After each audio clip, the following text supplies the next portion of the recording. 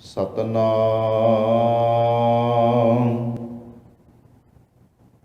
ਧੰਨ ਵਾਹਿਗੁਰੂ ਸਾਹਿਬ ਜੀਓ। ਪੌੜੀ।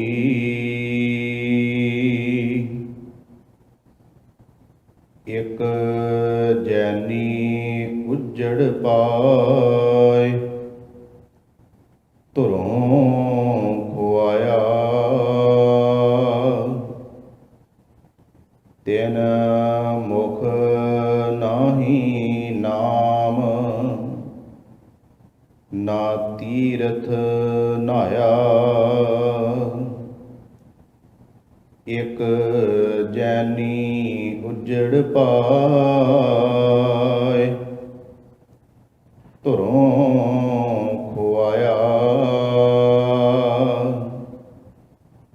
ਤਿਨ ਮੁਖ ਨਾਹੀ ਨਾਮ, ਨਾ ਤੀਰਥ ਨਹਾਇਆ। ਹੱਥੀਂ ਸਿਰ ਖੁਹਾਇਨ, ਭਦ ਕਰਾਇਆ। ਕੁਚਲ ਰਹਿ ਦਿਨ ਰਾਤ, ਸ਼ਬਦ ਨਾ ਪਾਇਆ। ਤਿਨ ਜਾਤ ਨਾ ਪਤ ਨਾ ਕਰਮ, ਜਨਮ ਗਵਾਇਆ।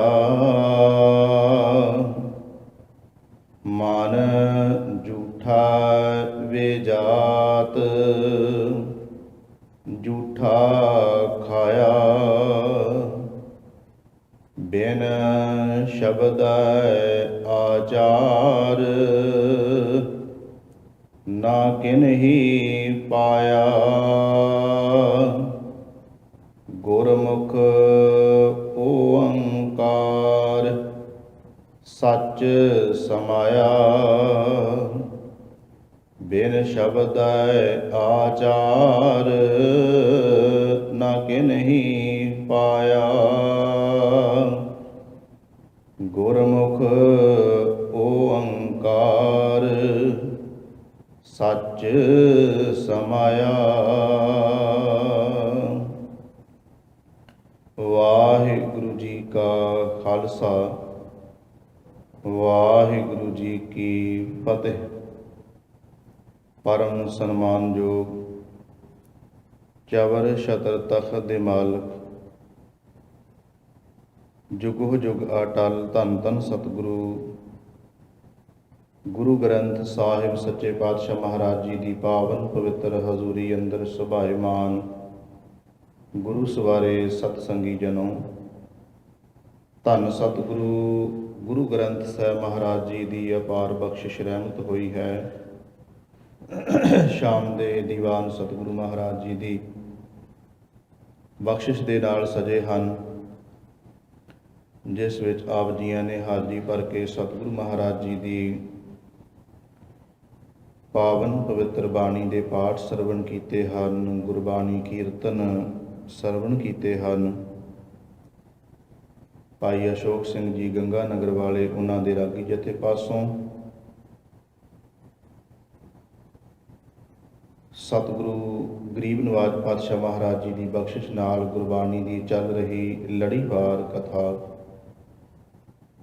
ਧੰਨ ਸ਼੍ਰੀ ਗੁਰੂ ਨਾਨਕ ਦੇਵ ਮਹਾਰਾਜ ਜੀ ਦੀ ਉਚਾਰਨ ਕੀਤੀ ਹੋਈ ਮਲਾਰ ਰਾਗ ਦੀ ਜੋ ਵਾਰ ਹੈ, ਉਸ ਦੀ ਵਿਚਾਰ ਚੱਲ ਰਹੀ ਹੈ। ਗੁਰੂ ਗ੍ਰੰਥ ਸਾਹਿਬ ਜੀ ਦੇ ਪਾਵਨ ਅੰਗ 1285 ਅੰਗ ਤੇ ਸ਼ਬਦ ਦੀ ਵਿਚਾਰ ਹੈ। ਅੱਜ ਜੋ ਪੌੜੀ ਦਾ ਪਾਠ ਆਪ ਜੀਆਂ ਨੇ ਸਰਵਣ ਕੀਤਾ ਹੈ, ਇਹ ਧੰਨ ਗੁਰੂ ਨਾਨਕ ਦੇਵ ਮਹਾਰਾਜ ਜੀ ਦੀ ਉਚਾਰਨ ਕੀਤੀ ਹੋਈ ਹੈ। ਗਰੀਬ ਨਵਾਜ ਪਾਤਸ਼ਾਹ ਆਪ ਹੀ ਮਤ ਬੁੱਧ ਬਖਸ਼ਿਸ਼ ਕਰਕੇ ਪਾਵਨ ਪਵਿੱਤਰ ਸ਼ਬਦ ਦੀ ਵਿਚਾਰ ਕਰਵਾ ਲੈਣ। ਕਰੋ ਕਿਰਪਾ ਸਾਧ ਸੰਗਤ। ਸਤਿਗੁਰੂ ਗਰੀਬ ਨਵਾਜ ਪਾਤਸ਼ਾਹ ਜੀ ਸਾਨੂੰ ਮਨ ਦਾ ਟਿਕਾਓ, ਇਕਾਗਰਤਾ ਦੀ ਦਾਤ ਬਖਸ਼ਿਸ਼ ਕਰਨ। ਪਿਆਰ ਸਹਿਤ ਉਚਾਰਨ ਕਰੀਏ ਜੀ। ਸਤਨਾਮ ਸ੍ਰੀ ਵਾਹਿਗੁਰੂ ਸਤਨਾਮ ਸ੍ਰੀ ਵਾਹਿਗੁਰੂ ਜੀ।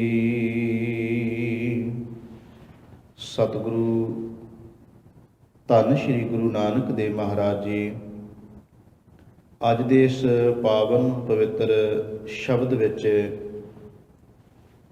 ਜੈਨ ਮਤ ਦਾ ਜ਼ਿਕਰ ਕੀਤਾ ਹੈ। ਗੁਰੂ ਨਾਨਕ ਦੇਵ ਮਹਾਰਾਜ ਜੀ ਨੇ ਜੋ ਈਸਵੀ ਸਨ ਤੋਂ ਲਗਭਗ 550 ਸਾਲ ਪਹਿਲਾਂ ਹੋਇਆ ਹੈ ਈਸਾ ਤੋਂ।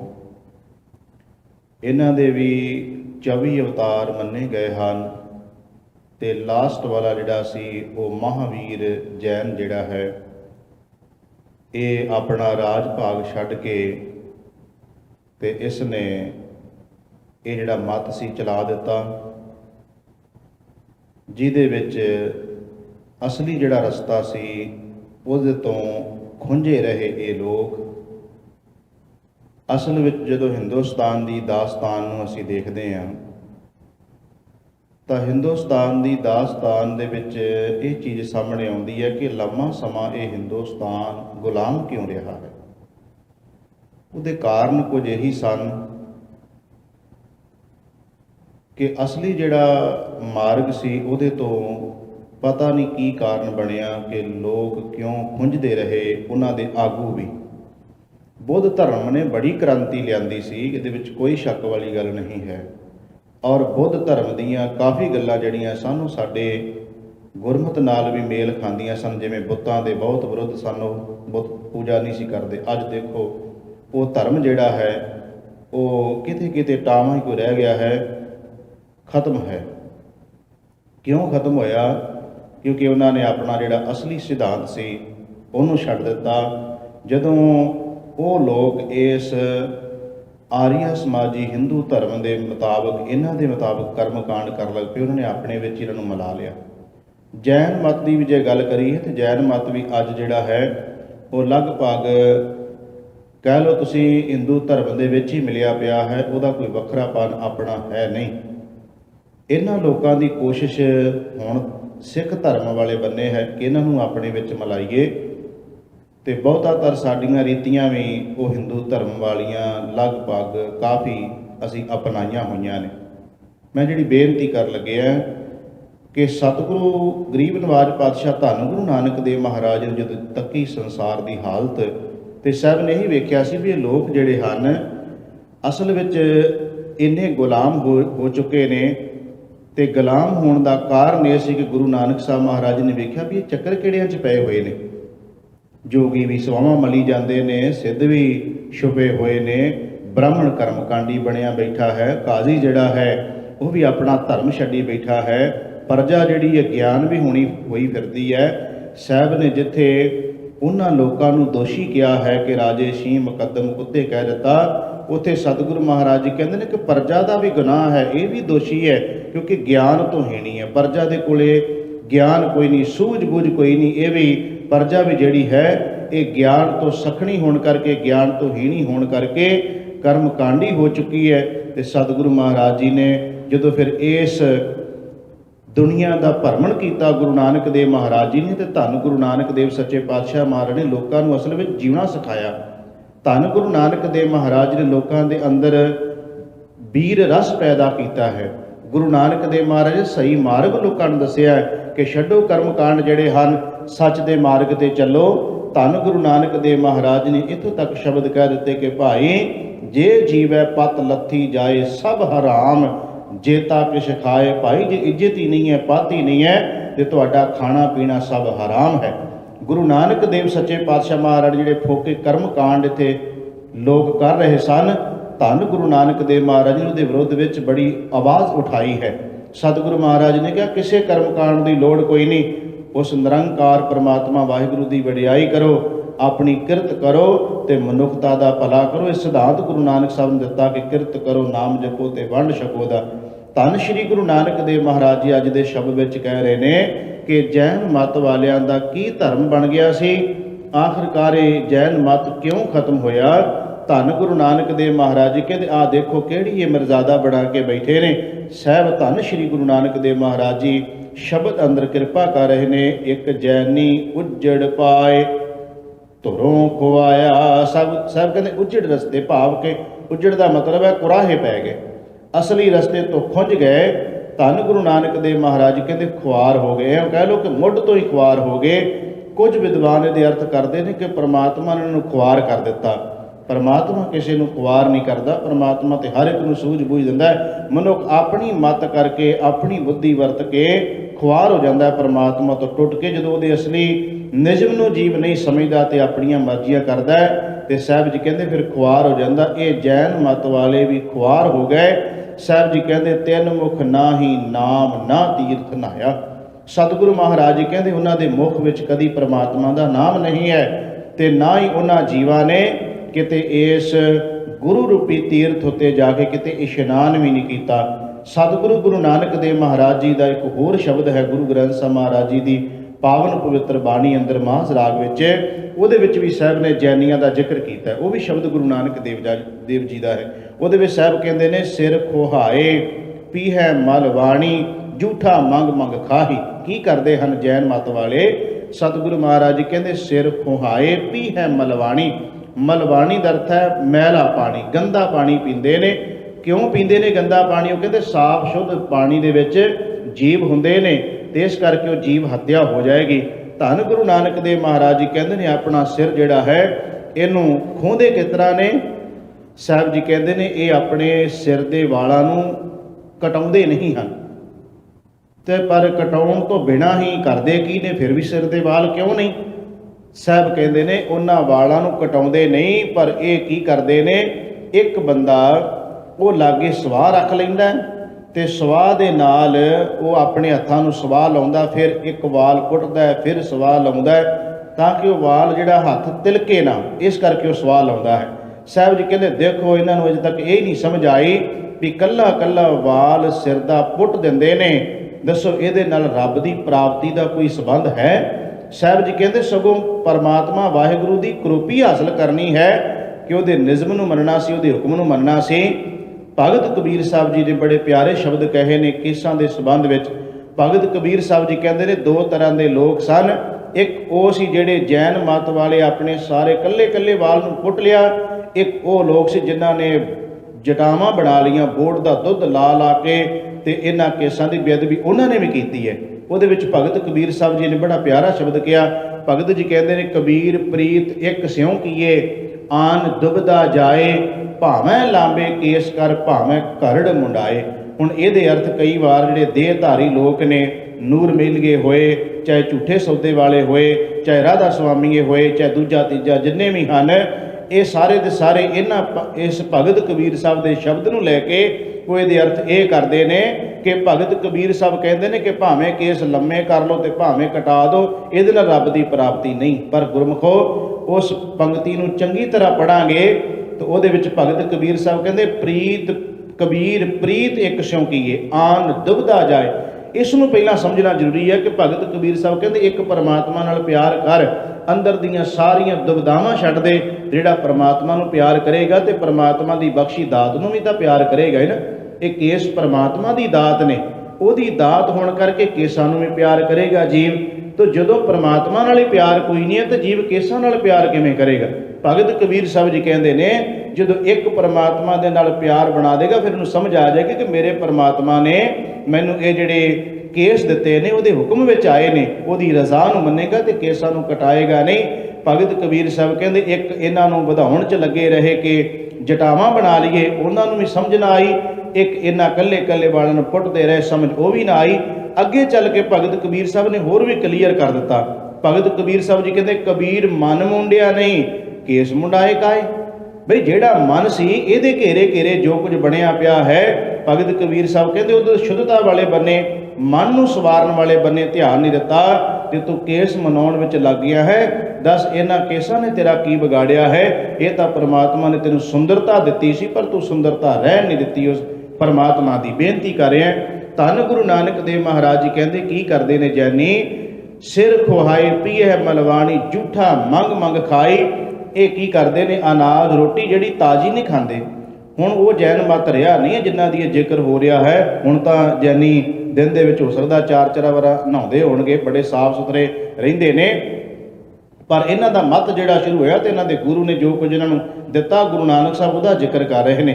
ਸਾਹਿਬ ਜੀ ਕਹਿੰਦੇ ਨੇ ਇਹ ਝੂਠਾ ਖਾਂਦੇ ਨੇ, ਇਸ ਕਰਕੇ ਖਾਂਦੇ ਨੇ ਕਈ ਦਿਨਾਂ ਦਾ ਜਿਹੜਾ ਹੀ ਉਹ ਬਚਿਆ ਹੋਇਆ ਸੁੱਟਿਆ ਪੁੱਟਿਆ ਜਿਹੜਾ ਰਾਸ਼ਨ ਹੈ ਉਹ ਖਾਂਦੇ ਨੇ, ਵੀ ਉਹਦੇ ਵਿੱਚ ਕਿਹੜਾ ਕੋਈ ਜੀਵ ਹੋਣਾ ਹੈ। ਸਾਹਿਬ ਕਹਿੰਦੇ ਵੇਖੋ ਪਰਮਾਤਮਾ ਵਾਹਿਗੁਰੂ ਪਰਮੇਸ਼ਰ ਨੇ ਕਿੰਨੇ ਸੋਹਣੇ ਪਦਾਰਥ ਦਿੱਤੇ, ਪਰ ਉਹਨੂੰ ਛੱਡ ਕੇ ਝੂਠੀਆਂ ਪਤਲਾਂ ਖਾਂਦੇ ਨੇ। ਧੰਨ ਗੁਰੂ ਨਾਨਕ ਦੇਵ ਮਹਾਰਾਜ ਕਹਿੰਦੇ ਅਗਲੀ ਗੱਲ ਤਾਂ ਬੜੀ ਸਤਿਗੁਰੂ ਮਹਾਰਾਜ ਨੇ ਇਹਨਾਂ ਦੀ ਦੱਸੀ, ਜਿਹੜੀ ਉਹ ਤਾਂ ਬੜੀ ਕਹਿ ਲਓ ਕਿ ਬੜੀ ਘਟੀਆ ਗੱਲ ਹੈ।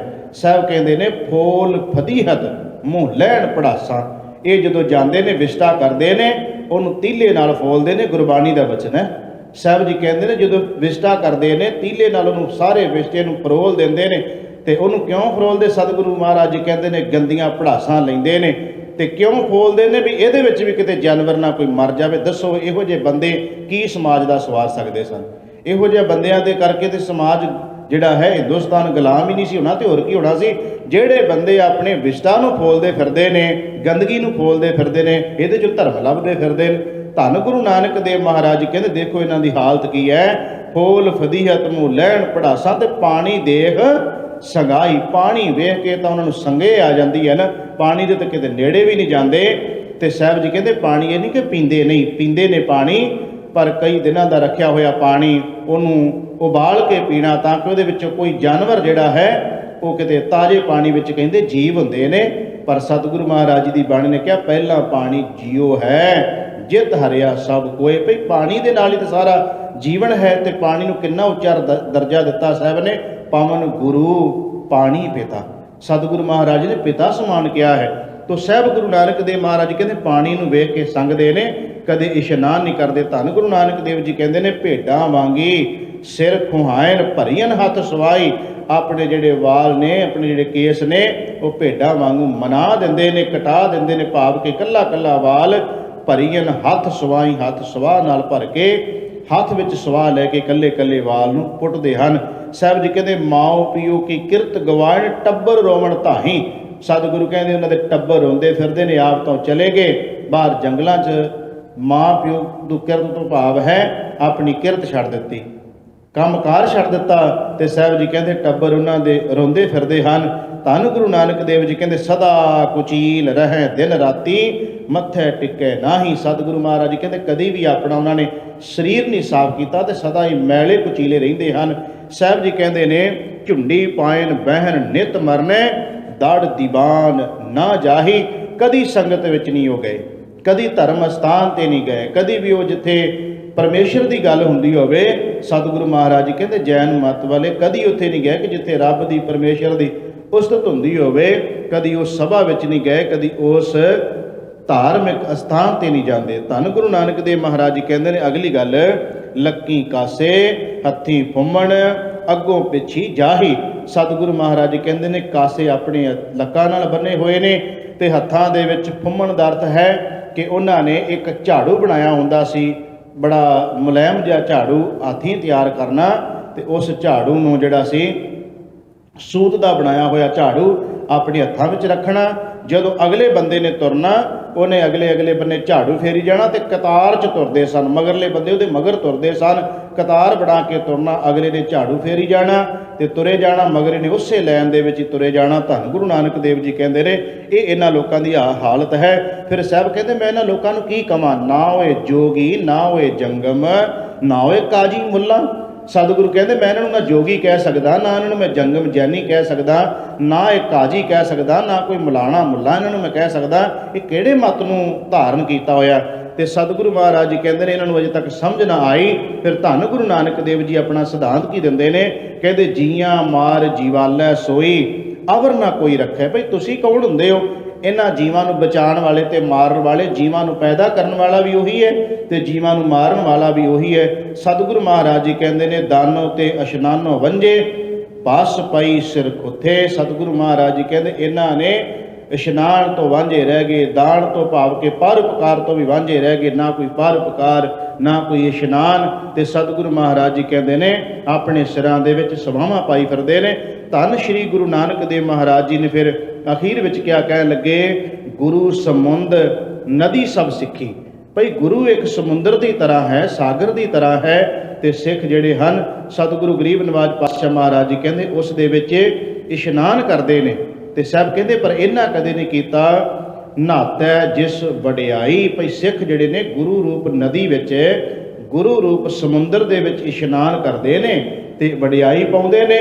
ਪਰ ਇਹਨਾਂ ਜੈਨੀਆਂ ਦੀ ਗੱਲ ਕਰਦਿਆਂ ਸਾਹਿਬ ਨੇ ਕਿਹਾ, ਨਾਨਕ ਜੇ ਸਿਰ ਖੁੱਥੇ ਨਹਾਵਣ ਨਾਹੀ, ਤਾਂ ਸੱਤ ਚਟੇ ਸਿਰ ਛਾਈ। ਇਹਦੇ ਜਿਹੜੇ ਅਰਥ ਕੀਤੇ ਨੇ ਬੜਾ ਦਲੇਰੀ ਨਾਲ ਗੁਰੂ ਨਾਨਕ ਸਾਹਿਬ ਨੇ ਬਚਨੇ ਕਹਿ ਦਿੱਤਾ ਹੈ। ਅੱਜ ਇਹ ਸ਼ਬਦ ਕਹਿਣਾ ਬੜਾ ਇਉਂ ਲੱਗੇਗਾ ਵੀ ਏਡੀ ਵੱਡੀ ਗੱਲ ਕਹਿ ਦੇਣੀ। ਅਖੀਰਲੀ ਪੰਕਤੀ ਵਿੱਚ ਗੁਰੂ ਨਾਨਕ ਦੇਵ ਮਹਾਰਾਜ ਜੀ ਕਹਿੰਦੇ ਨੇ, ਜਿਵੇਂ ਆਪਾਂ ਕਿਸੇ ਬੰਦੇ ਨੂੰ ਕਹਿੰਦੇ ਆ ਨਾ, ਸ਼ਬਦ ਵਰਤੇ ਆਪਾਂ ਕਿ ਜਿਸ ਤਰ੍ਹਾਂ ਬੰਦੇ ਦੇ ਕੋਲੇ ਸਾਰੇ ਪਦਾਰਥ ਹੋਣ, ਖਾਣ ਪੀਣ ਹੋਵੇ, ਉਹਦੇ ਕੋਲੇ ਧਨ ਦੌਲਤ ਹੋਵੇ, ਉਹਦੇ ਕੋਲੇ ਪਹਿਨਣ ਵਾਸਤੇ ਵਸਤਰ ਹੋਣ, ਚੰਗਾ ਘਰ, ਸਾਰਾ ਕੁਝ ਬੰਦੇ ਕੋਲੇ ਹੋਵੇ, ਤੇ ਫਿਰ ਵੀ ਨਖਰੇ ਕਰੇ ਉਹ ਬੰਦਾ, ਤੇ ਆਪਾਂ ਕਹਿੰਦੇ ਹੋਰ ਤੈਨੂੰ ਫਿਰ 7 ਚੁੱਲ੍ਹਿਆਂ ਦੀ ਸਵਾਹ ਚਾਹੀਦੀ ਹੈ। ਆਮ ਜਿਹੜਾ ਆਪਾਂ ਸ਼ਬਦ ਕਈ ਵਾਰ ਵਰਤ ਦਿੰਦੇ ਆ ਕਿ ਜੇ ਤੈਨੂੰ ਇੰਨਾ ਕੁਝ ਦਿੱਤਾ ਹੋਇਆ ਤੇ ਤੈਨੂੰ ਇੰਨਾ ਕੁਝ ਦੇਣ ਦੇ ਬਾਵਜੂਦ ਵੀ ਤੂੰ ਇਹਨਾਂ ਨੂੰ ਮਾਣਦਾ ਨਹੀਂ ਹੈ, ਜਾਂ ਇਉਂ ਕਹਿ ਲਓ ਕਿ ਜਿਵੇਂ ਘਰਾਂ ਦੇ ਵਿੱਚ ਕਈ ਵਾਰ ਗੱਲ ਹੋ ਹੀ ਜਾਂਦੀ ਹੈ, ਮਾਂ ਨੇ ਪਦਾਰਥ ਪਰੋਸ ਕੇ ਪੁੱਤ ਦੇ ਅੱਗੇ ਰੱਖੇ ਹੋਣ, 36 ਪ੍ਰਕਾਰ ਦੇ ਭੋਜਨ ਰੱਖੇ ਹੋਣ, ਸੁੰਦਰ ਬਣਾ ਕੇ ਰੱਖੇ ਹੋਣ, ਤੇ ਉਹ ਅੱਗੋਂ ਨਖਰੇ ਕਰੇ, ਖਾਵੇ ਨਾ, ਫਿਰ ਵੀ ਕਵੇ ਮੈਂ ਤਾਂ ਹੋਰ ਹੀ ਇੱਧਰ ਉੱਧਰ ਦੀਆਂ ਚੀਜ਼ਾਂ ਖਾਣੀਆਂ ਨੇ। ਤੇ ਮਾਂ ਕਵੇਗੀ ਦੱਸ ਮੈਂ ਤੈਨੂੰ ਇੰਨਾ ਕੁਝ ਬਣਾ ਕੇ ਦਿੱਤਾ, ਜੇ ਇਹ ਨਹੀਂ ਤੈਨੂੰ ਲੰਘਦਾ ਤੇ ਫਿਰ 7 ਚੁੱਲ੍ਹਿਆਂ ਦੀ ਸਵਾਹ ਜਾ ਕੇ ਖਾ ਲਾ। ਗੁਰੂ ਨਾਨਕ ਸਾਹਿਬ ਨੇ ਸ਼ਬਦ ਵਰਤਿਆ, ਮੈਂ ਕੋਲੋਂ ਨਹੀਂ ਕਹਿ ਰਿਹਾ। ਸਾਹਿਬ ਜੀ ਕਹਿੰਦੇ ਨੇ ਸੱਤ ਦਾ ਮਤਲਬ ਹੈ 7, ਤੇ ਚੱਟੇ ਦਾ ਅਰਥ ਹੈ ਬੁੱਕ, ਸ਼ਾਹੀ ਦਾ ਅਰਥ ਹੈ ਸਵਾਹ। ਸਤਿਗੁਰੂ ਮਹਾਰਾਜ ਜੀ ਕਹਿੰਦੇ ਜੇ ਜੈਨੀਓ ਤੁਹਾਨੂੰ ਪਰਮਾਤਮਾ ਨੇ ਸਰੀਰ ਦੇ ਦਿੱਤਾ, ਪਰਮਾਤਮਾ ਨੇ ਇਹਨੇ ਜਿਹੜੇ ਵੇਖੋ ਫਲ ਬਣਾਏ ਨੇ ਬੰਦੇ ਦੇ ਖਾਣ ਵਾਸਤੇ, ਪਰਮਾਤਮਾ ਨੇ ਵਸਤਰਾਂ ਦੇ ਪ੍ਰਬੰਧ ਕੀਤੇ ਹੋਏ ਨੇ, ਪ੍ਰਭੂ ਪਰਮਾਤਮਾ ਨੇ ਪਾਣੀਆਂ ਦੇ ਪ੍ਰਬੰਧ ਕੀਤੇ ਹੋਏ ਨੇ, ਇੰਨਾ ਕੁਝ ਪਰਮਾਤਮਾ ਨੇ ਭਈ ਬਣਾਇਆ ਮਨੁੱਖ ਵਾਸਤੇ। ਤੇ ਸਤਿਗੁਰੂ ਕਹਿੰਦੇ ਫਿਰ ਜੈਨੀਓ ਜੇ ਇੰਨਾ ਕੁਝ ਹੁੰਦਿਆਂ ਹੋਇਆਂ ਵੀ ਤੁਸੀਂ ਸਵਾਵਾਂ ਹੀ ਮਲਦੇ ਫਿਰਦੇ ਹੋ, ਗੰਦਗੀ ਫੋਲਦੇ ਫਿਰਦੇ ਹੋ, ਤੁਹਾਨੂੰ ਪਾਣੀ ਚੰਗਾ ਨਹੀਂ ਲੱਗਦਾ, ਤੁਹਾਨੂੰ ਰੋਟੀ ਚੰਗੀ ਨਹੀਂ ਲੱਗਦੀ, ਤੇ ਸਾਹਿਬ ਜੀ ਕਹਿੰਦੇ ਫਿਰ ਨਹੀਂ ਚੰਗਾ ਲੱਗਦਾ, 7 ਚੁੱਲ੍ਹਿਆਂ ਦੀ ਸਵਾਹ ਫਿਰ ਤੁਹਾਡੇ ਸਿਰ ਤੇ ਪੈਣੀ ਹੈ। ਗੁਰੂ ਨਾਨਕ ਸਾਹਿਬ ਦਾ ਸ਼ਬਦ ਹੈ। ਕਿੱਡੀ ਵੱਡੀ ਗੱਲ ਗੁਰੂ ਨਾਨਕ ਸਾਹਿਬ ਮਹਾਰਾਜ ਨੇ ਉਦੋਂ ਕਹੀ ਹੋਏਗੀ। ਇਹਦਾ ਮਤਲਬ ਜੈਨ ਮਤ ਉਦੋਂ ਸੀ, ਈਸਾਈ ਮਤ ਦਾ ਉਦੋਂ ਜ਼ੋਰ ਨਹੀਂ ਸੀ, ਕਿਉਂਕਿ ਈਸਾਈ ਮਤ ਦੀ ਕੋਈ ਗੱਲ ਗੁਰੂ ਗ੍ਰੰਥ ਸਾਹਿਬ ਮਹਾਰਾਜ ਜੀ ਵਿੱਚ ਹਵਾਲਾ ਨਹੀਂ ਮਿਲਦਾ, ਬਾਕੀ ਧਰਮਾਂ ਦੀ ਗੱਲ ਸਾਨੂੰ ਮਿਲ ਜਾਂਦੀ ਹੈ। ਤੇ ਧੰਨ ਸ਼੍ਰੀ ਗੁਰੂ ਨਾਨਕ ਦੇਵ ਮਹਾਰਾਜ ਜੀ ਅੱਜ ਦੇ ਪਾਵਨ ਪਵਿੱਤਰ ਸ਼ਬਦ ਵਿੱਚ ਉਸ ਜੈਨ ਮਤ ਦਾ ਜ਼ਿਕਰ ਕਰਦੇ ਨੇ। ਪਹਿਲਾ ਸ਼ਬਦ ਵੀ ਜਿਹੜਾ ਹੈ ਆਪ ਨਾਲ ਸਾਂਝਾ ਕੀਤਾ, ਉਹ ਵੀ ਗੁਰੂ ਨਾਨਕ ਦੇਵ ਮਹਾਰਾਜ ਜੀ ਦਾ ਸੀ। ਅੱਜ ਵਾਲੀ ਇਹ ਪੌੜੀ ਵੀ ਗੁਰੂ ਨਾਨਕ ਦੇਵ ਜੀ ਦੀ ਹੈ। ਸਾਹਿਬ ਜੀ ਕਹਿੰਦੇ ਕਿ ਜੈਨੀ ਉੱਜੜ ਪਾਏ ਜਿਨ ਧੁਰੋਂ ਖਵਾਇਆ, ਤਿੰਨ ਮੁਖ ਨਾਹੀ ਨਾਮ ਨਾ ਤੀਰਥ ਨਹਾਇਆ। ਸਾਹਿਬ ਜੀ ਕਹਿੰਦੇ ਨੇ ਉੱਜੜ ਰਸਤੇ ਪੈ ਗਏ, ਕੁਰਾਹੇ ਪੈ ਗਏ ਨੇ ਜੈਨ ਮਤ ਵਾਲੇ। ਕਦੀ ਮੁਖ ਵਿੱਚ ਉਸ ਪ੍ਰਭੂ ਪਰਮਾਤਮਾ ਦਾ ਨਾਮ ਨਹੀਂ ਲੈਂਦੇ, ਕਦੀ ਗੁਰੂ ਤੀਰਥ ਦੇ ਸਰੋਵਰ ਤੇ ਜਾ ਕੇ ਇਸ਼ਨਾਨ ਨਹੀਂ ਆਪਣੇ ਮਨ ਦਾ ਕਰਾਉਂਦੇ, ਨਾ ਤਨ ਦਾ ਹੀ ਕਰਾਉਂਦੇ ਨੇ ਨਾ ਮਨ ਦਾ ਹੀ ਕਰਾਉਂਦੇ ਨੇ। ਤੇ ਸਾਹਿਬ ਜੀ ਕਹਿੰਦੇ ਨੇ ਹੱਥੀਂ ਸਿਰ ਖੁਆਏ ਨਾ ਭੱਦ ਕਰਾਇਆ। ਸਾਹਿਬ ਜੀ ਕਹਿੰਦੇ ਨੇ ਭੱਦ ਕਰਾਇਆ ਦਾ ਮਤਲਬ ਹੈ ਵੀ ਸਿਰ ਦੇ ਵਾਲ ਕਟਾਉਂਦੇ ਨਹੀਂ ਹਨ, ਕੈਂਚੀ ਨਾਲ ਕਿਸੇ ਚੀਜ਼ ਨਾਲ ਕੱਟਦੇ ਨਹੀਂ। ਸਾਹਿਬ ਜੀ ਕਹਿੰਦੇ ਹੱਥ ਦੇ ਨਾਲ ਕੱਲੇ ਕੱਲੇ ਵਾਲ ਨੂੰ ਪੁੱਟਦੇ ਹਨ। ਧੰਨ ਗੁਰੂ ਨਾਨਕ ਦੇਵ ਜੀ ਕਹਿੰਦੇ ਨੇ ਕੁਚਲ ਰਹਿ ਹੈ ਦਿਨ ਰਾਤ। ਕੁਚਲ ਦਾ ਅਰਥ ਹੁੰਦਾ ਹੈ ਮੈਲਾ ਕਚੀਲਾ ਰਹਿਣਾ। ਸਾਹਿਬ ਕਹਿੰਦੇ ਦਿਨ ਰਾਤ ਮੈਲੇ ਕਚੀਲੇ ਰਹਿੰਦੇ ਨੇ, ਸ਼ਬਦ ਨਾ ਭਾਇਆ। ਇਹਨਾਂ ਨੂੰ ਪਤਾ ਨਹੀਂ ਕਿਉਂ ਪਰਮਾਤਮਾ ਵਾਹਿਗੁਰੂ ਦਾ ਬਚਨ, ਹੁਕਮ, ਸ਼ਬਦ ਕਿਉਂ ਨਹੀਂ ਉਹਨਾਂ ਨੂੰ ਚੰਗਾ ਲੱਗਦਾ, ਕਿਉਂ ਕਰਾਹੇ ਪੈ ਗਏ। ਸਾਹਿਬ ਕਹਿੰਦੇ ਤਿੰਨ ਜਾਤ ਨਾ ਪਤ ਨਾ ਕਰਮ ਜਨਮ ਗਵਾਇਆ। ਸਾਹਿਬ ਜੀ ਕਹਿੰਦੇ ਇਹਨਾਂ ਨੂੰ ਸਮਾਜ ਵਿੱਚ ਦੱਸੋ ਵੀ ਇਹਨਾਂ ਨੇ ਕੋਈ ਚੰਗਾ ਕਰਮ ਨਾ ਕਰਨ ਕਰਕੇ ਨਾ ਇਹਨਾਂ ਨੂੰ ਕੋਈ ਮਾਣ, ਨਾ ਕੋਈ ਇੱਜ਼ਤ, ਨਾ ਕੋਈ ਵਡਿਆਈ ਨਹੀਂ ਮਿਲਦੀ। ਇਹ ਆਪਣਾ ਜਨਮ ਹੀ ਗਵਾ ਕੇ ਸੰਸਾਰ ਤੋਂ ਤੁਰ ਜਾਂਦੇ ਐਸੇ ਮਨੁੱਖ। ਸਾਹਿਬ ਕਹਿੰਦੇ ਮਨ ਝੂਠਾ ਬੇਜ਼ਾਤ ਝੂਠਾ ਖਾਇਆ। ਸਾਹਿਬ ਜੀ ਕਹਿੰਦੇ ਨੇ ਇਹ ਜਿਹੜੇ ਲੋਕ ਮੰਨਦੇ ਵੀ ਝੂਠੇ ਤੇ ਝੂਠਾ ਹੀ ਖਾ ਰਹੇ ਨੇ, ਖਾਂਦੇ ਵੀ ਝੂਠ ਤੇ ਮਨ ਵੀ ਇਹਨਾਂ ਦਾ ਝੂਠਾ ਹੈ। ਕਦੀ ਨਾ ਤੇ ਬਾਹਰੀ ਤੌਰ ਤੇ ਇਹਨਾਂ ਨੇ ਕੋਈ ਚੰਗਾ ਖਾਣਾ ਖਾਣ ਵਾਲੇ ਬੰਨੇ ਧਿਆਨ ਦਿੱਤਾ, ਤੇ ਨਾ ਕਦੀ ਮਨ ਨੂੰ ਜਿਹੜਾ ਸੀ ਪਵਿੱਤਰ ਕਰਨ ਵਾਲੇ ਬੰਨੇ ਕਦੀ ਧਿਆਨ ਉਧਰ ਨਹੀਂ ਦਿੱਤਾ। ਸਾਹਿਬ ਕਹਿੰਦੇ ਬਿਨ ਸ਼ਬਦ ਦੇ ਆਚਾਰ ਨਾ ਕਿਨਹੀ ਪਾਇਆ, ਬਈ ਸ਼ਬਦ ਤੋਂ ਬਿਨਾਂ, ਹੁਕਮ ਤੋਂ ਬਿਨਾਂ, ਪਰਮਾਤਮਾ ਦੇ ਨਾਮ ਤੋਂ ਬਿਨਾਂ। ਆਚਾਰ ਦਾ ਅਰਥ ਹੁੰਦਾ ਹੈ ਆਚਰਣ, ਆਚਾਰ ਦਾ ਅਰਥ ਹੈ ਚੰਗਾ ਜੀਵਨ। ਸਾਹਿਬ ਜੀ ਕਹਿੰਦੇ ਅੱਜ ਤੱਕ ਭਈ ਪਰਮਾਤਮਾ ਦੇ ਨਾਮ ਤੋਂ ਬਿਨਾਂ, ਉਸ ਗੁਰੂ ਪਰਮੇਸ਼ਰ ਦੇ ਹੁਕਮ ਤੋਂ ਬਿਨਾਂ, ਪ੍ਰਭੂ ਪਰਮਾਤਮਾ ਵਾਹਿਗੁਰੂ ਦੇ ਨਾਮ ਨੂੰ ਸਮਝਣ ਤੋਂ ਬਿਨਾਂ ਅੱਜ ਤੱਕ ਭਈ ਕਿਸੇ ਦਾ ਵੀ ਜੀਵਨ ਜਿਹੜਾ ਹੈ ਉਹ ਉੱਚਾ ਸੁੱਚਾ ਚੰਗਾ ਨਹੀਂ ਬਣਿਆ। ਜਿਸ ਨੇ ਵੀ ਆਪਣਾ ਜੀਵਨ ਚੰਗਾ ਬਣਾਇਆ ਉਹ ਆਪਣੇ ਗੁਰੂ ਪਰਮੇਸ਼ਰ ਨਾਲ ਜੁੜਿਆ ਹੈ, ਉਹਦੇ ਹੁਕਮ ਨੂੰ ਮੰਨਿਆ ਹੈ, ਉਹਦੀ ਰਜ਼ਾ ਨੂੰ ਮੰਨਿਆ ਹੈ, ਤਾਂ ਹੀ ਪ੍ਰਭੂ ਪਰਮਾਤਮਾ ਨੇ ਭਈ ਉਹਨੂੰ ਚੰਗਾ ਜੀਵਨ ਬਖਸ਼ਿਆ ਹੈ। ਸਾਹਿਬ ਕਹਿੰਦੇ ਗੁਰਮੁਖ ਓੰਕਾਰ ਸੱਚ ਸਮਾਇਆ, ਗੁਰੂ ਦੇ ਮਾਰਗ ਤੇ ਚੱਲਣ ਵਾਲਾ ਜਿਹੜਾ ਹੈ ਉਹ ਓੰਕਾਰ ਪਰਮੇਸ਼ਰ ਨੂੰ ਕਿਹਾ ਹੈ, ਉਹਦੇ ਵਿੱਚ ਸਮਾਉਂਦਾ ਹੈ, ਪ੍ਰਭੂ ਪਰਮਾਤਮਾ ਦੇ ਵਿੱਚ ਸਮਾ ਜਾਂਦਾ ਹੈ। ਮੈਂ ਆਪ ਜੀ ਦੇ ਨਾਲ ਥੋੜ੍ਹਾ ਜਿਹਾ 5-7 ਮਿੰਟ ਦੇ ਬਾਕੀ ਸਮੇਂ ਵਿੱਚ ਸਾਹਿਬਜ਼ਾਦਾ ਅਜੀਤ ਸਿੰਘ ਦੇ ਜਿਹੜਾ ਹੈ ਜੀਵਨ ਉੱਤੇ ਸੰਖੇਪ ਜੀ ਵਿਚਾਰ ਕਰਨੀ ਹੈ, ਤਾਂ ਕਰਕੇ ਸ਼ਬਦ ਦੀ ਵਿਚਾਰ ਦੀ ਮੈਂ ਸਮਾਪਤੀ ਕਰ ਦਿੱਤੀ ਹੈ, ਕਿਉਂਕਿ ਸਾਹਿਬਜ਼ਾਦਾ ਅਜੀਤ ਸਿੰਘ ਜੀ ਦਾ ਅੱਜ ਉਹਨਾਂ ਦਾ ਜਨਮ ਦਿਨ ਹੈ। ਥੋੜ੍ਹੀ ਵਿਚਾਰ ਆਪਾਂ ਉਹਨਾਂ ਦੇ ਜੀਵਨ ਉੱਤੇ ਕਰਨੀ ਹੈ। ਇਹ ਸੀ ਗੁਰੂ ਨਾਨਕ ਦੇਵ ਮਹਾਰਾਜ ਜੀ ਦਾ ਪਾਵਨ ਪਵਿੱਤਰ ਸ਼ਬਦ, ਜੋ ਮਲਾਰ ਰਾਗ ਦੇ ਵਿੱਚ ਸਤਿਗੁਰੂ ਮਹਾਰਾਜ ਨੇ ਜੋ ਪੌੜੀ ਉਚਾਰੀ, ਉਸ ਦੇ ਵਿੱਚ ਜੈਨ ਮਤ ਦਾ ਸਤਿਗੁਰਾਂ ਨੇ ਜ਼ਿਕਰ ਕੀਤਾ ਵੀ ਕਿਸ ਤਰ੍ਹਾਂ ਇਹ ਲੋਕ ਅਸਲੀ ਜਿਹੜਾ ਪ੍ਰਭੂ ਪਰਮਾਤਮਾ ਵਾਹਿਗੁਰੂ ਦੇ ਨਾਮ ਤੋਂ ਖੁੰਝ ਕੇ ਤੇ ਉਜਾੜੇ 'ਚ ਪੈ ਗਏ, ਕੁਰਾਹੇ ਪੈ ਗਏ। ਸਾਹਿਬ ਜੀ ਕਹਿੰਦੇ ਆਪਣਾ ਜੀਵਨ ਵਿਅਰਥ ਗਵਾ ਲਿਆ। ਅੱਜ ਸਾਡੇ ਉੱਤੇ ਇਹ ਗੱਲ ਸਾਰੀ ਢੁੱਕਦੀ ਹੈ ਕਿ ਹੁਣ ਗੁਰੂ ਨਾਨਕ ਦੇਵ ਮਹਾਰਾਜ ਜੀ ਜੈਨ ਮਤ ਨੂੰ ਨਹੀਂ ਆਪਾਂ ਕਹਾਂਗੇ ਵੀ ਉਹਨਾਂ ਨੂੰ ਜਾ ਕੇ ਆਪਾਂ ਕਥਾ ਨਹੀਂ ਸੁਣਾ ਰਹੇ, ਹੁਣ ਤਾਂ ਇਹ ਗੱਲ ਸਿੱਖਾਂ ਉੱਤੇ ਢੁੱਕਦੀ ਹੈ ਕਿ ਕੀ ਸਿੱਖਾਂ ਦੇ ਅੰਦਰ ਵੀ ਕਿਤੇ ਉਹ ਕਰਮ ਕਾਂਡ, ਵਹਿਮ ਭਰਮ ਜਿਨ੍ਹਾਂ ਦਾ ਜ਼ਿਕਰ ਗੁਰੂ ਸਾਹਿਬ ਜੀ ਕਰਦੇ ਨੇ, ਇਹ ਉਹ ਤਾਂ ਨਹੀਂ ਕਰ ਰਹੇ। ਅੱਜ ਕੇਸਾਂ ਦੀ ਬੇਅਦਬੀ ਸਿੱਖ ਜਗਤ ਦੇ ਅੰਦਰ ਵਿੱਚ ਤਾਂ ਹੋ ਹੀ ਰਹੀ ਹੈ ਨਾ, ਉਹ ਕੱਲਾ ਵਾਲ ਪੁੱਟਦੇ ਆ, ਇਹ ਜਾ ਕੇ ਨਾਈਆਂ ਕੋਲੇ ਮਨਾਉਂਦੇ। ਕੇਸਾਂ ਦੀ ਬੇਅਦਬੀ ਤਾਂ ਅੱਜ ਸਿੱਖ ਵੀ ਕਰੀ ਜਾ ਰਿਹਾ ਨਾ। ਗੁਰੂ ਨਾਨਕ ਦੇਵ ਮਹਾਰਾਜ ਜੀ ਜੈਨੀਆਂ ਨੂੰ ਹੀ ਨਹੀਂ ਕਹਿ ਰਹੇ, ਸਾਨੂੰ ਵੀ ਕਹਿ ਰਹੇ ਨੇ ਕਿ ਭਾਈ ਤੁਸੀਂ ਰੋਮਾਂ ਦੀ ਬੇਅਦਬੀ ਨਾ ਕਰੋ, ਉਸ ਪ੍ਰਭੂ ਪਰਮਾਤਮਾ ਦੀ ਰਜ਼ਾ ਨੂੰ ਮੰਨੋ, ਦੇ ਹੁਕਮ ਨੂੰ ਮੰਨੋ, ਇਹਨਾਂ ਕੇਸਾਂ ਦੀ ਸੰਭਾਲ ਕਰਨੀ ਹੈ। ਤੋ ਸਦ